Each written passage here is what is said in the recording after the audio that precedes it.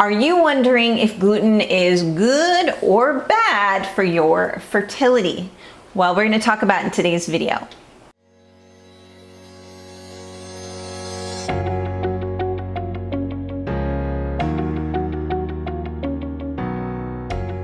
Hi everyone, I am Mara Salerno, functional diagnostic nutrition practitioner of reclaimoptimalhealth.com, where I help couples just like you resolve their infertility and get back to creating those families you so deeply desire.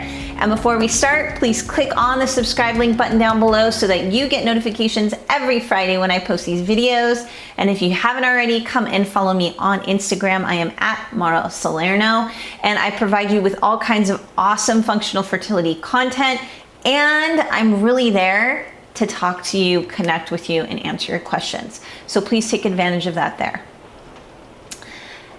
So when it comes to gluten, what to do? Is it super confusing or what? So I want to give you some history about wheat itself, but let's talk about wheat because it's kind of the big kahuna in the room, and it's the one that we all think about when we think about gluten. So we know that gluten is an alcohol-soluble protein that is known in the class of alpha-gliadin. And alpha-gliadins create inflammatory changes in the body, and we know that inflammation is the #1 cause of infertility. And so we can see why probably that wouldn't be good for us. But we also know that these alpha-gliadins are creating inflammatory reactions even in people who are not celiac. So that's something big to consider.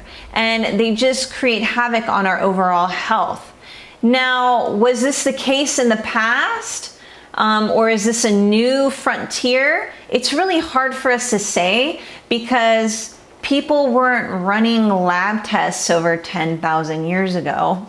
And so we just don't have that kind of evidence to know. But nowadays, we do have the lab testing to actually see how the wheat or the alpha-gliadins are affecting your body.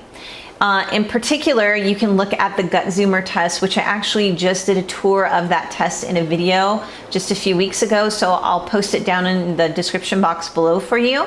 And there is a marker on there that's called fecal antigliadin. And that is directly correlated with wheat sensitivity. However, for some people, it doesn't pop up there.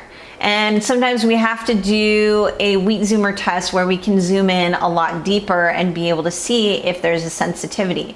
But I will say the non-expensive route, and what I can tell you from my experience of working with a lot of clients and doing all this testing, is to save you money. I would highly recommend coming off the wheat, coming off the gluten and the gluten contaminating foods.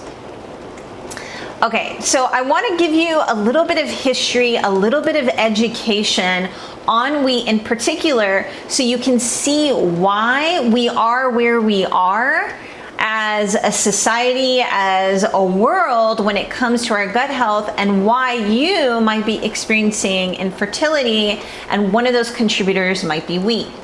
So, you know, for about 10,000 years, we were growing wheat, we were harvesting it, and we were eating it, and we were eating the whole kernel.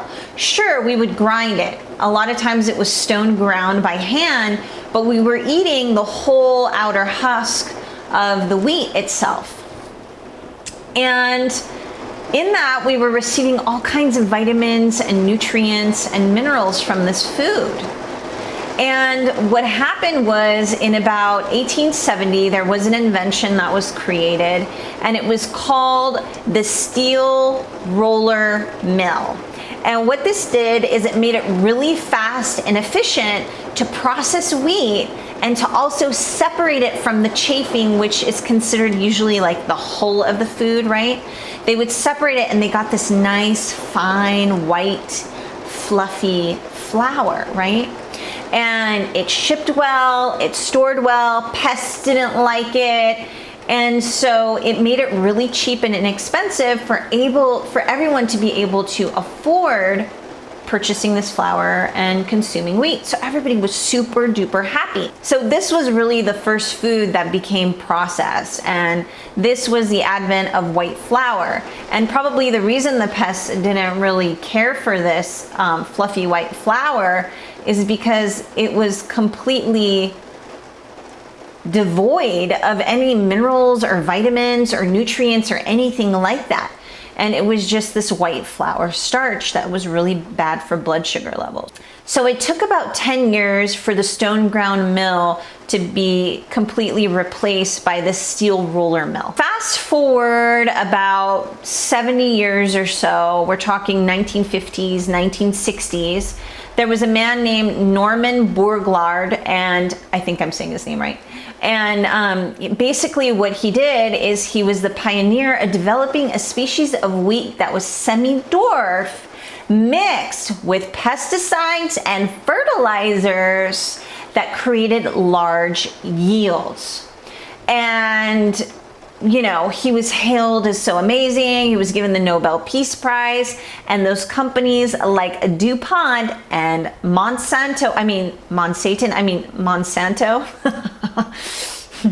they were involved in really distributing and pushing this project throughout the entire world. And then he was hailed for basically ending world hunger, because now populations across the world could produce wheat in mass quantities and everybody had lots of food, so everybody was really happy. Well, what do we know about pesticides and fertilizers alone? Well, we know that they're very toxic to fertility, and they really decrease fertility amongst other things, right? Gut health, overall health, etc. Huge problem. So now just take a look at that. Number one is the way that the wheat was processed, devoid of any nutrients, minerals, right? Then you add number two, starting to add the pesticides and the fertilizers, and also messing with the quality of the wheat species itself. So then what happens? Well, we know for sure that by 1995, foods were becoming more and more genetically modified, in particular wheat, right? Now, it could have been going on before then. In the meantime, people are consuming this wheat that is now devoid of nutrients and minerals, full of pesticides and fertilizers, and genetically modified. Now, I've done other videos talking about pesticides and fertilizers and GMOs and how they specifically attack your fertility, and why it's important for you to really eliminate them and replace them with higher quality organic foods. Organic is not perfect, but it has a lot less of a toxic load on your body. So, saying that, you can start to see like, wow, you can start having some problems, especially in your gut. And we know how much the gut plays a role in egg quality, in implantation, because 90% of the immune system is secreted in the gut, right?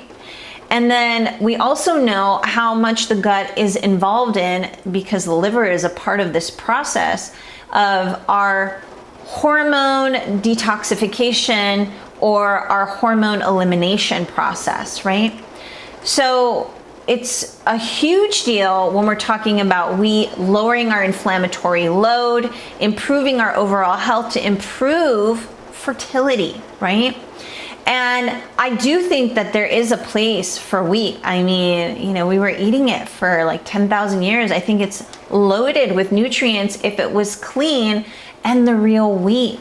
And I personally think with cross-pollination, mixing of genetic lines, I know they say they can test things, but I do think these lines have been changed since, you know, the 1800s.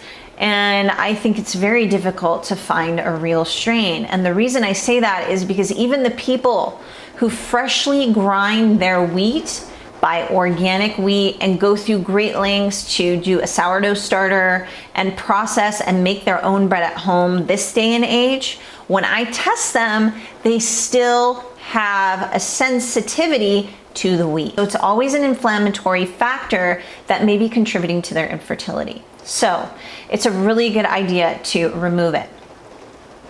Now, there are all these ancient varieties that you hear of. You hear of emmer and einkorn and red fief and spelt and rye, all of this. Even barley is not typically a grain that we use for making bread, but barley is another grain that contains gluten. And so these are all grains, even though they're considered ancient grains, that I would recommend removing from your diet.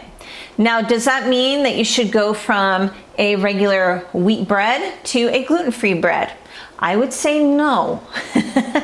And the reason is because that same white starch that they were able to create in 1870 using the steel roller mill, that fine white fluffy flour that's devoid of any nutrients and minerals, is very similar to some of the ingredients that they use in gluten-free products like potato starch, tapioca starch, rice flour, and the like, because they mimic and rise blood sugar levels very easily. They don't have a lot of nutrient content in them, and so they rise your cortisol levels, which is your stress hormone, and we know how not beneficial that is for your fertility.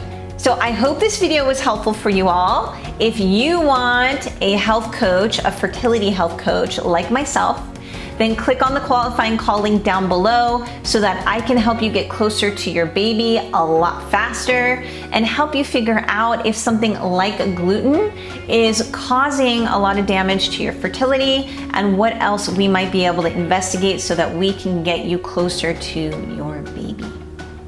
I'll see you again next time. Bye-bye.